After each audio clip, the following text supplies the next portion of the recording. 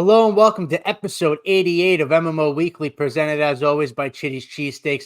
I'm your host, Sal Manzo, joined by a very special guest this week, play development analyst with Marquee Sports Network, talking draft here, Lance Brozdowski. Lance, thanks so much for taking the time, man. We really appreciate it.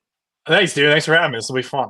Absolutely. I know obviously last Sunday was the draft. We're a little bit over, kind of a week into it here now, but it's great to kind of talk to you about this. We know you're a former driveline guy as well. So, the player development side, you're pretty tapped in here. So, first thing I just want to talk about, obviously the Mets first round pick, Carson Bench. Heard a lot about him over the last few weeks. Know a pitcher and a hitter. They think the bat's going to be the one that plays long-term here. So I just quickly want to talk about, how fast you think his bat can become big league ready. And do you think that it would be wise to scrap pitching right off the bat? Do you think that's something that maybe they should let him do a little bit and, rookie ball his first year to see if maybe it's something he can continue doing? But I know the bat's the focus. So I just want to hear your thoughts there. Yeah, bat's definitely the focus. I always find that interesting to consider what to do from a allocation standpoint. Time is one of the most finite things I think on the player development side. Right. And you have so many hours in the off season to train and build into whatever they want to do him to do developmentally. Sure. And you got to allocate that. A guy runs into injuries and stuff like that. It's really difficult, I think, to be two-way. That's just why we literally haven't seen anybody do it but Ohtani in that respect. So I think you scrap pitching right off the top. Okay. Which I believe is the general consensus. And I mean, he wasn't drafted as 2A, which I think kind of suggests to me that they don't really care about the pitching side. And you figure out how to advance the bat as quick as possible. The exit velocities there look good. I think he was pretty clearly a top, let's say 12, 11, 12 hitter on the called side in the draft. I thought they got decent value on him in that respect. The contact quality is really good. Some of the distributions aren't. He reminds me a bit of who the Cubs took in Cam Smith, Florida State kid, who's huge, third baseman, hits the ball pretty hard. Bench is in that tier, but both these guys hit the ball on the ground way too much, don't pull too many fly balls, which I get isn't the end-all, be-all of player development and where we're heading. Obviously, you talk to any kind of former player about this, they're always well, you have to stay through the ball, you have to stay to center field, and then things come to your pull side. But I do think a lot of the more modern hitting philosophies that organizations have is to lean and understand how to effectively pull the ball, especially on pitches in or third, And I think that's something that Bench is going to have to do in the Mets organization is to figure that out. The amount of balls he was pulling in the air wasn't too high. He's hitting a lot of balls on the ground. It's just, and it could be a variety of things. It could be recognition. It could be timing. It could be something with his path or any other advanced thing you want to call out, like a VBA, which is a vertical bat angle, or most guys are super flat, and then you the Joey Votto's, you think of him, he's super, super steep. Generally that steep is something you want. So there's a lot of things that they could play around with on the hitting development side of the bench. I'm kind of curious to see his trajectory, though. I think he's a fun player. I know he was one of the favorites of Jim Callis, who was my colleague during the MLB Draft coverage. He works for MLB Pipeline. So I trust Jim in that respect. So I think I'm in on Bench. Awesome. I know Mets fans love to hear that. They hope it's right. You kind of took the next question right out of my mouth as far as ground ball rate, hard hit rate, pulling on the inside pitches. It makes me think of Brett Beatty right away, someone that's hit the ball on the ground a lot and hasn't really translated now to big league success. So I was curious, I know you answered a little bit, but just how much that is looked into as far as, first round picks, these collegiate hitters, as far as them taking the next step and being productive hitters, or it's something like you're saying that you can work on, as you become a pro, a little stronger, a little better understanding when an organization, kind of has their hands on you. I'm just a little curious there. That's a great question. I mean, I think the odder thing going on in baseball right now is that major league pitching is really good. Sure. It's getting insanely good to the point where guys don't see major league pitching until they get to the majors, which is an inherent problem if you're in the minor leagues succeeding and teams are pushing you up, and then you get to the majors and it's oh yeah, I haven't seen any of that, in the minors. You're seeing guys jump up from AA, Schwellenbach from the Braves. You guys are familiar with an analyst and stuff. Drew Thorpe in the Central from the White Sox. You see all these guys jumping over AAA, which is just depleting the stock of AAA pitching. So I feel the Cubs have run into this too. I imagine the Mets have as well. You guys have guys who just mash at AAA and then come up and are lost. And it's where's the disconnect here? And I just think that gap's widening so much that I'd be curious. And there's a variety of things that I wonder whether teams are kind of focused on in the minor leagues to anticipate whether a guy might run into problems when he gets to face better pitching consistently with command, etc. I imagine a lot of it might be like path based, like very biomechanic-y, fun, advanced stuff that we don't even really have public data on. So I think we're a bit blind to maybe what they're looking at. But it's a great question. Like I don't know how you advance guys in a way that makes them such that they're going to be more predictive of success in the major leagues without seeing major league pitching in the minors. Like it's just an inherent problem I think we're running into on the minor league side. So I'm curious to see how different teams attack it. I don't know if this really answers your question, but it was something I wanted to get in because I found it interesting. So, and that goes to I'm bringing up Brett Beatty again, but someone who's now mashed at AAA, right? He's friends joke he's AAA Barry Bonds at this point. Yeah. He can't really make an impact consistently at the big league level. And to your point, that jump really must be so severe from even AAA pitching, like you said, to the major leagues that they're just not seeing that level on a consistent basis. That's crazy to think about. That's it. No, that's literally it. I mean, I think most organizations are running into this. Even someone like the best prospect. I mean, like Wyatt Langford wasn't good for the first month and a half, and Perry was pretty convinced he was great. Jackson Holiday obviously hurt, but I think he's back now. But initially he came up and he was terrible. It's just, I don't know. It's one of those things maybe you don't really get it until you see it. So I wonder whether we get into this weird space where the teams are trying to accelerate these guys as quick as possible. But then you start the clocks earlier too. So it's like a weird. Like, I don't know, how confident are you in your development to get the guy right to see pitching that he's never seen? I think that's a complex question that a lot of hitting departments are trying to answer. Yeah, right. Like you said, I think everyone's trying to answer that question. It's really interesting to see how that plays out long term. But you talk about pitching now.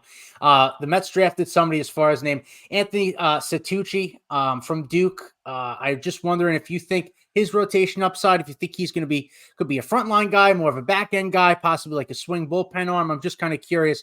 I know pitching's probably, especially collegiate pitching, could be tough at times, but I'm just kind of curious your thoughts on him.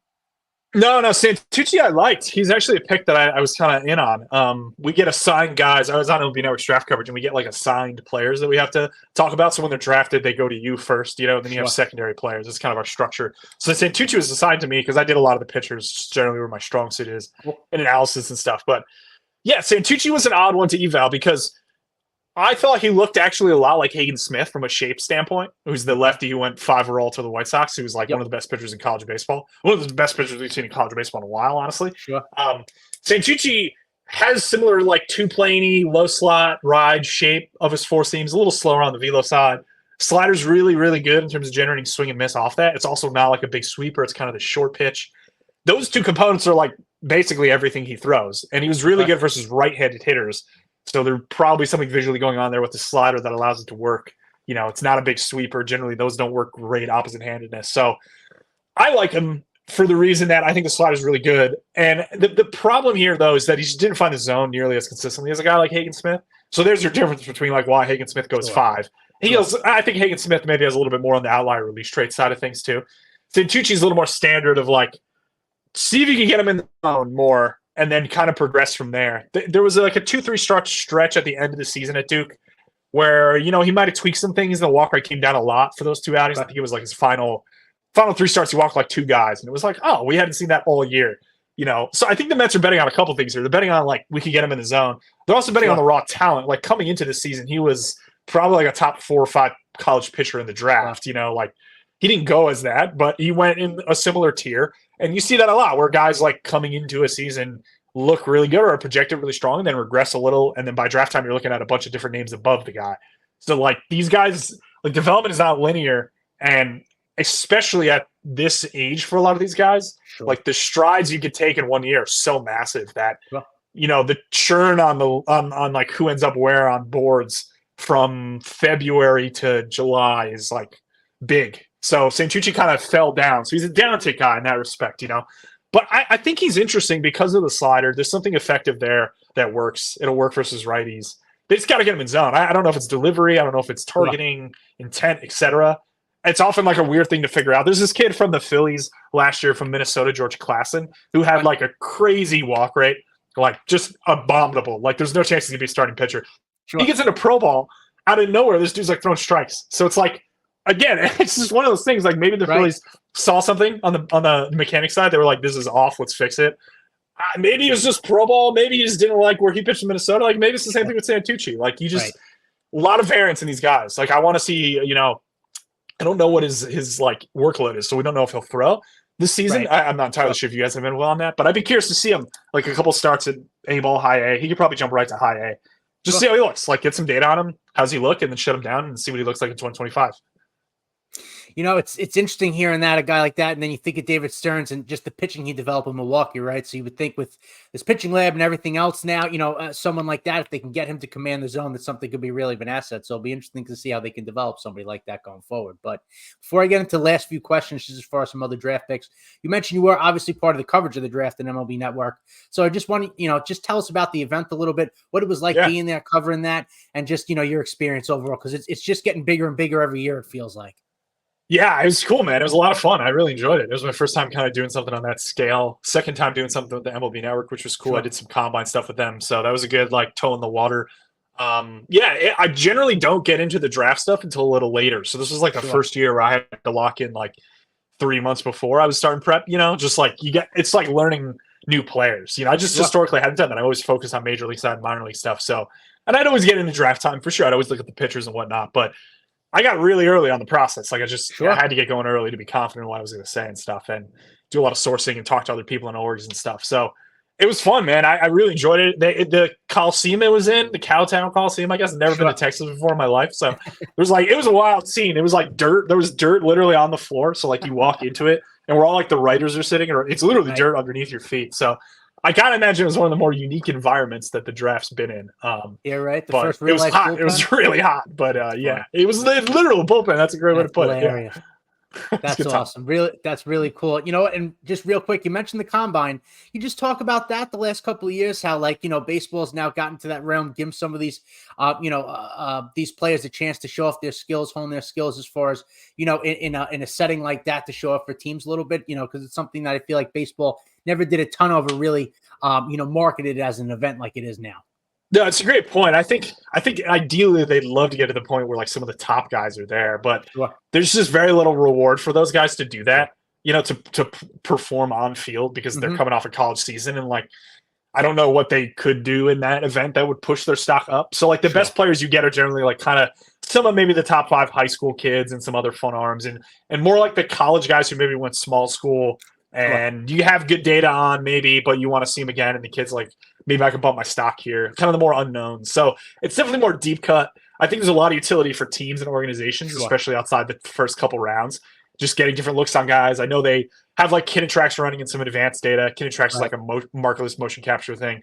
So teams can get a lot of info that they probably didn't have on the guy at things like this, which I imagine they value. You get the interview players, medicals and stuff. So it's cool. It's a really fun event. Again, exposed to a lot of guys that I hadn't seen before. Really takes me back to the roots of trying to understand what a guy's doing well, even if, I don't think presently he's in major league, which none of those guys are. So, I've watched low level minor league baseball for a lot of my life, but even those guys are more advanced. So it was cool to kind of strip back and be no, this kid's a high schooler, and he's played showcase and not much else. And here he is on the mound. You get 15 pitches to eval him. And it's yeah, okay, this is tough, So it was cool to kind of be thrown in the fire with that and test my chops out. So I enjoyed it. That's very cool. And from a fan standpoint, obviously the NBA, the NFL have those. So, for the MLB to do that, and fans can kind of take a look at, like you said, some of these maybe lesser known, potential prospects. Cool thing. But I just want to circle back, obviously, to the draft. Someone at the Mets drafted as well, Nate Dome. I'm just wondering if what you think as far as the likelihood of him being a starter long term, and just kind of how you think he could comp here as potential big leaguer in the future. No, I like Dome a lot. I think he was a name that came up in conversation with another org, which I won't say the name of the org, as a guy that they wanted that they didn't get. So I like asking other orgs who they thought they were going to get that they didn't, or who's their biggest miss, who would you want? And Dome came up with one org that I thought was sharper on the pitching side, so I think that bodes well. He's a super high fastball usage with him. He threw 70% of the time. So this is not going to happen in the major leagues, if he gets up to there. So I think there's a lot of things that he could play with. He's good extension, decent vert. He's 93 to 94. But there's a lot, these guys who get that good vert from low slot, I often think they kind of just don't need anything else in D1. You can just throw that and it will eat up guys. And especially if you're throwing strikes and you're getting swings and you're facing hitters without bat speed, it's they're toast, So he threw it so much. He was successful doing that. It's just now you're taking the raw material, the raw clay of who he is, and building it into something else. So I wouldn't be surprised if a lot of the mix changes, peripheral, curveball change. I think he's got a little cutter slider finger in there too. But Again, I think the approach for a lot of these orders is like get them to pro ball, let them maybe get a taste, and then like don't do anything, and then the offseason is where they'll play around with stuff. But I doubt, he comes in the Mets org and is like, all right, now just 3 new pitch grips and we're changing this mechanically. It's more like go have some fun for 2 months, if depending on where your workload is after they intake him, and then kind of see where he is. So pitcher progression is always pretty fascinating to me on the D1 side, because guys are kind of ramped down, so now you got to ramp them back up to pitch. So there's a lot of variables there that I think you got to consider, but it's another one of those guys that you just got to check in on, see where he looks, if they want to bump velo there. The fastball is going to play. I think he's more back-end starter. I bet he stays as a starter and they stretch him like that. But I got a lot of respect for what the Mets are doing on the pitching side and development. I know some of the guys there. So I think they're on the up and up. I mean, Scott looks good. They have some other guys, Sparat, and some others that are popping. So I think the days of them maybe struggling to develop pitching is a bit out of the water. That'd be great. It's been a few years since they've been able to do anything, of course. So it's not like you mentioned, Chris has got some guys. Sprout's been having a great year in the minors, so hopefully they can all kind of come together. But real quick, you just mentioned just as far as especially on the particularly on the pitching side, players get drafted, come in, maybe depending on their workload, pitch a couple of months in rookie ball, and then they evaluate what they have. You mentioned, as far as what the team would potentially talk about, what they want to work on or whatever. Like, can you talk a little about how that works? Like, at the end of the season, would they go up to the player and give them a program for the winter? Is that on the player to go to an outside source? Like there's, like Driveline, Velo U, there's a lot of these places that players are going in the offseason to hone their craft. I'm just curious how that works as far as on the developmental side on the offseason for these minor league players. I think it depends on the organization. I think a lot of organizations now are trying to get guys to stay at Complex. Okay. I think they'd love that. It's the problem is just like the players probably want to go home, which is often the competing interest there. But I mean, if you're a pro org, you would love to take your top 3 picks and be like, you're staying in Arizona for 4 months in the offseason, not seeing any family. So we can get hands-on immediate feedback with all your training, et cetera. Like that would be ideal. Most guys, I think we've gotten to the point now where guys are throwing a lot in the offseason. I do believe most organizations give programming to their pitchers and probably give like a couple development actions. Sure. We want you to play around with this grip, et cetera. But the problem here is like, I believe now if you're non-40, there's a blackout period, which I want to say, I'm probably mixing up the timelines here. I think it's November through the end of the year. So like you can't, if you're not 40, it's been bargained, I believe, that you can't even like communicate with coaches or anything. Wow. So it's kind of on you to like do whatever you want, You could go to Driveline, Tread. Most of these guys probably have other small facilities they go to that have TrackMan. You probably have some directive from your organization. How specific that directive is and how effective it is probably dependent on the aptitude of the organization. And then you check in with the guys come January and you kind of see where they're at. So it's a balance, man. Like again, the 40-man guys like those, I think that matters a lot from a standpoint of like being able to communicate with them through the offseason and stuff. And I also think the placement of the 40-man matters perhaps more than it has in the past. So this stuff's always changing. It's weird to figure out, but I think in theory it's all, yes, here's your program. The guy does it, then he comes in January, like, great job. But the reality is I imagine more than 50% of the guys, there's something went wrong or they just didn't do, maybe, I don't want to say they didn't do it, but like, I don't know. Maybe it would have been easier for them to do it with other people around and whatnot. Right. But I never want to doubt like the motivation of these guys. But I just think like sometimes, especially a high school kid, like if he's not comfortable in a really intense training environment, like he's never done certain exercises, like I imagine he has a coach, but maybe that coach coaches a different way than the organization does, and there's some disconnect there, and that causes issues. So I think this stuff is a lot more ambiguous and less hard than I think I even assumed maybe perhaps before I started talking to other people about it. So it's really interesting. Just the minor leagues in general, just the development to even get to the major leagues. It's really so it's crazy. But circling back to this real quick, couple more questions. Just I was wondering if you were surprised about Corey Collins lasting until the 6th round, and just kind of want to get your opinion on him as a player. Yeah.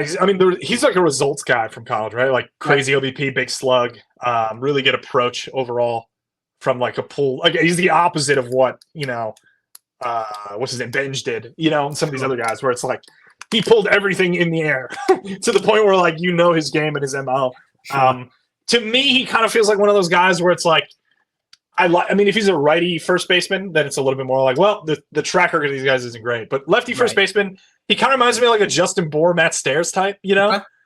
So we'll see what he turns into. It's results and it's good bat. I imagine he's going to mash through the minors. It's just some of these guys get caught at higher levels because maybe they don't possess the top end bat speed necessary to actually turn into like an everyday first baseman type. Sure. So to me, he feels like more max ceiling, like utility style, playing that boorish role. Maybe he jumps around in that respect, but I just think he's going to match to the minors. Like you jump into high A, he'll probably be in double A in a year.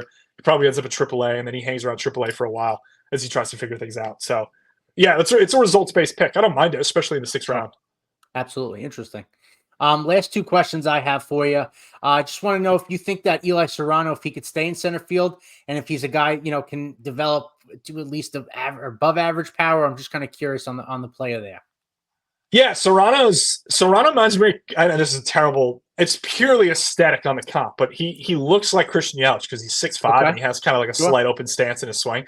The problem is he doesn't have the bat speed Christian Yelich does yet. I guess if you want to frame this optimistically, I probably think he's more corner. He's like a fine runner, but he's not plus. I don't think that's really going to play in center in the modern game as to how most teams are building their center fielders. So I don't mind him. Like he just didn't have pop. Like he had 14 home runs in 2 seasons. Like I don't. It's like a dream type body. Like he kind of reminds me a little like Bradley Zimmer, if you remember him from a while back with the Guardians. Yep. He kind of never made it. He had a ton of top end bat speed though. He just never could figure out the zone in terms of swing and miss, and he had some contact problems. Sure. Like Serrano feels like a weird variation of that where there's no bat speed, but maybe there's a little bit more on the hit tool side. I think he's more of a project for the hitting department than someone that is immediately going to end up like Collins, where he just soars through and has good performance everywhere. Like I think Serrano's got to pick up some bat speed for him to like be projectable as a interesting piece, especially because he's not playing like plus defense. Sure. Like there's a lot of guys we're running into now in the outfield that are below average bats by a decent amount, but are really good defenders such that they like buy room for their bat to struggle and figure it out. Right. So if Serrano's a corner outfield, that raises like the floor on the offensive side a ton. So we'll kind of see on him. He's more of like a dream on the body type, super wiry, tall guy. It's just, I think he's got to move a little faster and pick up bat speed to be impact, so to speak. Sure. And then kind of that goes with kind of my last question here. I was just kind of wondering if there was a Mets pick that surprised you the most overall in the draft. I don't know if there was one that surprised me. I'll go back to Santucci. Like I thought I liked that pick, like from 2nd round, 46 overall. That's like a relatively high floor college starting pitcher. That I don't think they're taking unless they have some adjustments to him for him to pop a little. So I wouldn't say I was surprised to see him there, but I think it's a good pick. I among the other arms that went around him as well, like I think he slots in pretty nicely. Some better arms that I maybe would have taken went before him. There's not a ton of arms that I like love after him, in that respect, or guys that I think have a lot more relief risk, which Santucci obviously has some, as most of these guys do. But I like Santucci. I thought that was a good pick, and I thought Dom was too. So you kind of build up the pitching, and you go to maybe more upside style bats, and then I think Benj is pretty in the middle of those too. So I don't know if they had like the best draft in the world, but I thought they did a pretty good job. I know they were brought up by another org to me as someone one of the drafts they generally liked in terms of how they constructed and some of the pitching they went after. So if you can get a couple pitchers out of this draft and Benj turns into like a MLB regular, I think that's a big win for Stearns. Yeah, absolutely. Like you said, with Stearns here, it's his first draft, so be excited to see how kind of these first couple picks kind of pan out and if they can help contribute for the Mets in a couple of years at the big league level. But Lance, we really appreciate you coming on. We don't keep you here all night, but thank you so much for taking the time here. And as always, everybody, we'll catch you up next week with everything going on with the big league Mets in their pennant chase for the wild card here. So as always, let's go Mets.